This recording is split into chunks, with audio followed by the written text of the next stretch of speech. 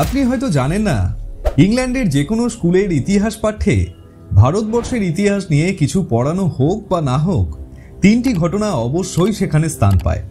প্রথমটি হলো সিপাহী বিদ্রোহ বা মহাবিদ্রোহ, দ্বিতীয়টি পলাশির যুদ্ধ, আর তৃতীয়টি হলো সেই কুখ্যাত ব্ল্যাক হোল ট্র্যাজেডি, কলকাতার অন্ধকূপ হত্যার ঘটনা। অবিশ্বাস্য শোনালেও সত্যি, পলাশির যুদ্ধে ইংরেজদের বিজয়ের নেপথ্যে অন্যতম প্রধান কারণ ছিল এই ব্ল্যাক হোল ট্র্যাজেডি।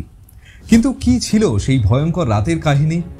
যেসব ব্রিটিশরা পরে প্রায় 200 বছর ধরে ভারতবর্ষে নিজেদের সাম্রাজ্য কায়েম রেখেছিল, নবাব সিরাজউদ্দৌলার আমলে কিভাবে তাদের উপর নেমে এসেছিল এমন হাড় হিম করা নিষ্ঠুর পরিণতি? সত্যিই কি কলকাতার কালকুঠিতে ইংরেজদের বন্দি করে নির্দয়ভাবে হত্যা করা হয়েছিল? কেনই বা এমনটা করেছিলেন নবাব সিরাজউদ্দৌলা?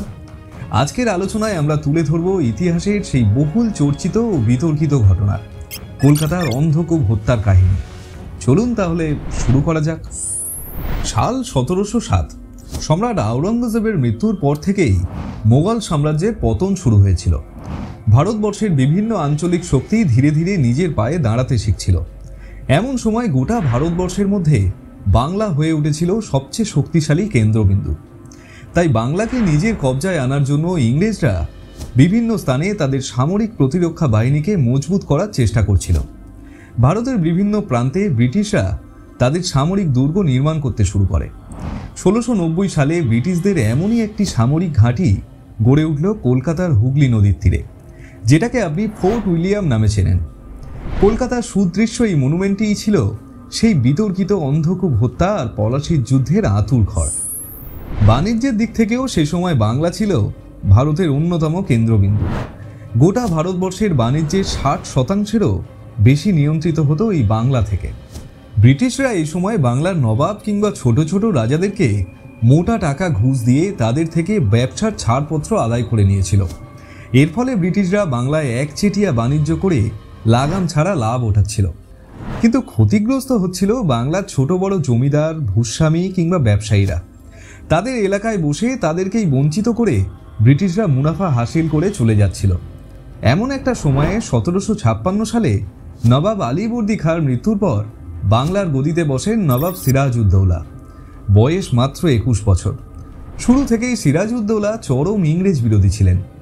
ব্যবসার সাথে সাথেই ইংরেজরা যে নিজেদের প্রশাসনিক ভিত মজবুত করে ভারতবর্ষকে শাসন করার ফন্দি আটছিল, সেটা সিরাজ প্রথম থেকেই বুঝেছিলেন।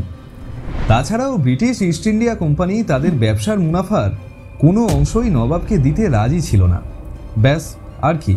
16 জুন 1756 সিরাজউদ্দৌলা নিজের সৈন্যবাহিনী নিয়ে আক্রমণ করলেন ব্রিটিশ ইস্ট ইন্ডিয়া কোম্পানির কলকাতার ঘাঁটি। সিরাজের বাহিনীতে ছিল 50,000 পদাতিক সৈন্য, 500 হাতি আর 50-এরও বেশি কামান।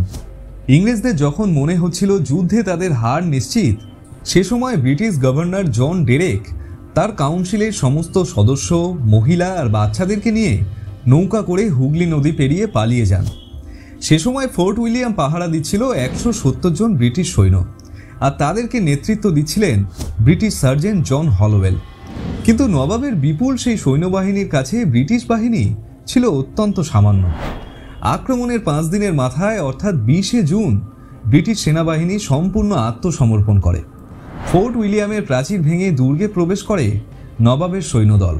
সিরাজউদ্দৌলা সেই দুর্গের মধ্যে দরবার বসিয়ে সদর্পে ঘোষণা করলেন কলকাতার নাম পাল্টে রাখা হচ্ছে আলীনগর। জন হলোওয়েল তার বিখ্যাত একটা লেখাতে বর্ণনা দিয়েছেন, সেদিন তাদেরকে হাত বেঁধে বন্দি করে নবাবের সামনে হাজির করা হয়েছিল।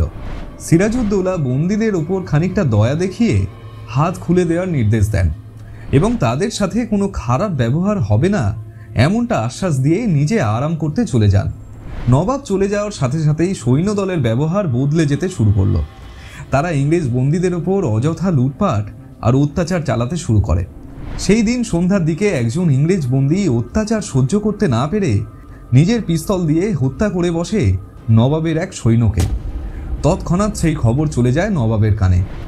এতগুলো ইংরেজ সৈন্যকে সারা রাত খোলা রাখা বিপজ্জনক হতে পারে, এই ভেবে নবাব তাদেরকে দুর্গের কুঠুরিতে বন্দি করার নির্দেশ দেন। নির্দেশ পাওয়া মাত্রই 170 জন ইংরেজকে জোর জবরদস্তি ঢোকানো হলো ফোর্ট উইলিয়ামের বেসমেন্টের একটা ছোট্ট কুঠুরিতে।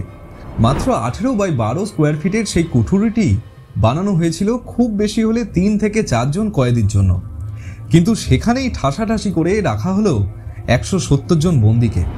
ভেবে দেখুন একবার, জুন মাসের কলকাতার গরম, তার উপর সন্ধ্যে 7টা থেকে সকাল 6টা অবধি জল আর খাবার ছাড়া কয়েদিদেরকে ঠেসে ঠেসে রাখা হয়েছে ছোট্ট অন্ধকার সেই কাল কুঠুরিতে। মানুষ খিদে, তেষ্টায় আর বাতাসের অভাবে একটু একটু করে মৃত্যুর কোলে ঢলে পড়ছিল সেই রাতে। পরদিন সকালে খবর পেয়ে সিরাজ যখন সেই কুঠুরির দরজা খুলতে আদেশ দিলেন, তখন দেখা গেল 170 জন কয়েদির মধ্যে মাত্র 23 জনই কোনো রকমে অর্ধমৃত অবস্থায় পড়ে রয়েছে, আর বাকি সবাই জল আর বাতাসের অভাবে নিদারুণ কষ্টে প্রাণ ত্যাগ করেছেন। মৃত সমস্ত বন্দীদেরকে কোনো রকমের অন্ত্যেষ্টি ক্রিয়া ছাড়াই ফোর্ট উইলিয়ামের পাশে নির্দয়ভাবে একটা ফাঁকা জমিতে কবর দেওয়া হলো। এই ঘটনাটাই ছিল ইতিহাসের সেই চরম নিন্দনীয় অন্ধকূপ হত্যা কিংবা ব্ল্যাক হোল ট্র্যাজেডি। সেই ব্রিটিশ সার্জেন্ট জন হলওয়েল, যিনি 170 জন সৈন্য নিয়ে পাহারা দিচ্ছিলেন ফোর্ট উইলিয়াম, তিনিই ছিলেন বেঁচে থাকা 23 জন কয়েদিদের মধ্যে একজন। তিনিই একমাত্র ইংরেজ যার বিবরণ থেকে এই ব্ল্যাক হোল ট্র্যাজেডির কথা জানা যায়। তাই অনেক ঐতিহাসিক হলওয়েলের বিবরণকে একেবারে নাকচ করে দিয়েছেন। অনেকে আবার মনে করেছেন ওই রাতে বন্দির সংখ্যা ছিল 170-এর চেয়ে অনেক কম, আর মৃত্যুর সংখ্যা তো ছিল আরোই কম। আবার অনেক ঐতিহাসিক মনে করেন হলওয়েলের বিবরণ অনুযায়ী যেসব বন্দীরা মারা গেছিলেন তারা আসলে ওই রাতে নয়, মারা গেছিলেন যুদ্ধের সময়। কিন্তু ঘটনার সত্যতা যাই হয়ে থাক না কেন, ব্রিটিশদের কার্যসিদ্ধি হয়েছিল ভালো মতোই। এই ঘটনার খবর যখন ইস্ট ইন্ডিয়া কোম্পানির হেডকোয়ার্টার ইংল্যান্ডে পৌঁছালো, তখন ব্রিটিশ কর্মচারীদের মধ্যে এক ঝটকায় প্রতিশোধের আগুন জ্বলে উঠল। তড়িঘড়ি রবার্ট ক্লাইভকে পাঠানো হলো ভারতে। জানুয়ারি 1757 সালে কলকাতাকে আবার ব্রিটিশ করায়ত্ত করলেন রবার্ট ক্লাইভ। শুধু তাই নয়, বাংলাকে পুরোপুরি ব্রিটিশ শাসনের আওতায় আনার জন্য সিরাজের বিরুদ্ধে যুদ্ধ ঘোষণা করেন ক্লাইভ। সেই যুদ্ধই ইতিহাসে পলাশির যুদ্ধ নামে খ্যাত। ব্রিটিশদের সুচতুর ষড়যন্ত্র আর কূটনীতিকে মোকাবিলা করতে না পেরে সিরাজউদ্দৌলা মুর্শিদাবাদ পালিয়ে যান, আর সেখানেই তাকে হত্যা করা হয়। এই যুদ্ধের পেছনে থাকা অন্যতম কারণ সেই অন্ধকূপ হত্যার বিপক্ষে যুক্তির অন্ত নেই। ঐতিহাসিক ভিনসেন্ট স্মিথ তার অক্সফোর্ড হিস্ট্রি অফ ইন্ডিয়া বইটিতে বলছেন, এই ঘটনার জন্য সিরাজউদ্দৌলা কোনোভাবেই দায়ী নয়। বন্দীদের দেখভালের দায়িত্ব ছিল নবাবের সৈন্য দলের ওপর। তাদের ওপর অত্যাচারের খবর নবাব জানতেন না, তাই এই ঘটনার দায় কোনোভাবেই নবাবের ওপর বর্তায় না। কিন্তু অনেক ঐতিহাসিকরা এর বিপক্ষে যুক্তি দিয়ে বলেছেন, নবাবের ইচ্ছার বিরুদ্ধে যদি এই ঘটনা ঘটেও থাকে, নবাব এই নিন্দনীয় অত্যাচারের বিরুদ্ধে না কোনো পদক্ষেপ নিয়েছিলেন, না শাস্তি দিয়েছিলেন কোনো সৈন্যকে। আবার অনেক ঐতিহাসিক এই ঘটনাটিকে সম্পূর্ণ অবাস্তব বলে যুক্তি আরোপ করেছেন।